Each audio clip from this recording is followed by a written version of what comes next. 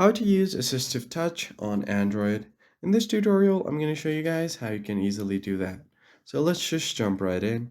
First of all, open up Settings menu and then scroll down until you find the option called Accessibility, because usually those kind of settings are an accessibility, so just head over there. Depending on the device, you might have a different bit of settings, so just find something related to interaction and dexterity, and you have an option called Assistant menu. Just turn it on and then allow it to turn on the Assistive Touch. So as you can see, this little pop-up is now on our screen. So if we tap on it, there are different options.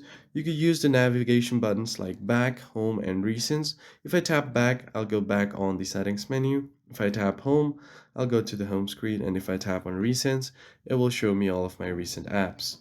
So there are other settings as well. You can control the volume panel from here, as well as turn off your screen, take screenshots, and you have an option to bring down your notification panel as well. Along with it, you can pinch to zoom in. So you can just go ahead and zoom in from different options. Tap on the option where you want to go. As you also have an option for screen control. You also have an option to bring out a cursor. So that's pretty much it, guys. That's how you use Assistant menu. I hope this tutorial was helpful to you guys, and I'll see you on the next one.